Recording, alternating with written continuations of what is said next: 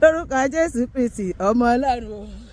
Bàbá jẹ́ kí wọ́n gbé ká mi o, jẹ́ kí wọ́n gbé ká mi o, ìbùkún tó fún mi bàbá yé jẹ́ kí wọ́n gbé ká mi, jẹ́ kí wọ́n gbé ká mi, ìbùkún tó fún mi bàbá yé, ìbùkún tó fún mi bàbá yé o.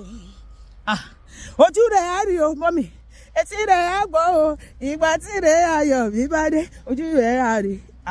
Etí rẹ̀ á gbọ́, ìgbà tí rẹ̀ ayọ̀ mi bá dé, sátẹ́lẹ̀ o, ìgbà tí rẹ̀ ayọ̀ mi bá dé o, láìpẹ́ láì jìnnà, gbogbo ayé gbọ́, ayọ̀ mi fẹ́rẹ̀ dé, ó ti dé tán, láìpẹ́ láì jìnnà o.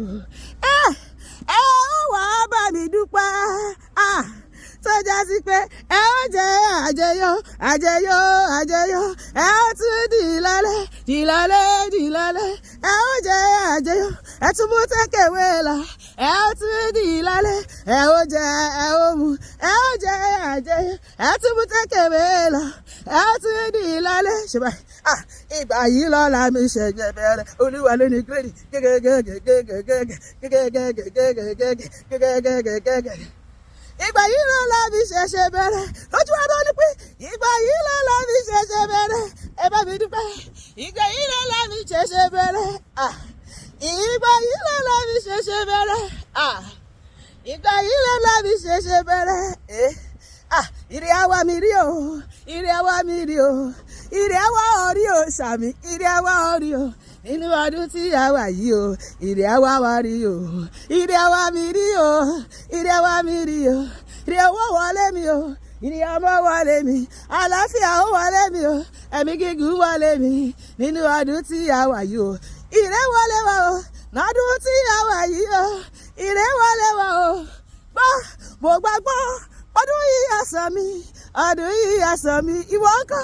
Mo gbàgbọ́ ọdún yìí àsàn mi sówó, ọdún yìí àsàn mi sọ́mọ. Mo gbàgbọ́ wọ́n dára fún mi dáadáa lọ́dún tí mo wà yìí, ìwọ ńkọ́? Mo gbàgbọ́ wọ́n dára fún mi dáadáa lọ́dún tí mo wà yìí. Hallelujah! Ó máa dára fún mi lọ́dún yìí, ó máa dá fún wọn náà. Ọdún ayọ̀ wa lélẹ̀, kò sí nǹkan tó ṣe lè ṣe sí. Ọdún ayọ̀, ọdún ire, ọdún owó, ọdún ọmọ àlàáfíà. Lọ́dún yìí máa jẹ́ fèmí àti gbogbo tá à ń ṣe lọ́lọ́run bá fi lé wa lọ́wọ́ ní rẹpẹtẹ ní rẹpẹtẹ ní rẹpẹtẹ ní jàǹtùrú jàǹtùrú ní jaburata lórúkọ Jésù. Jaburata jaburata jaburata. May God will bless me, jaburata ṣùgbọ́n jaburata jaburata jaburata. Jesus will bless me, jaburata jaburata jaburata jaburata. My God will bless me, jaburata this year, jaburata jaburata jaburata. Jesus will bless me, jaburata. Hallelujah.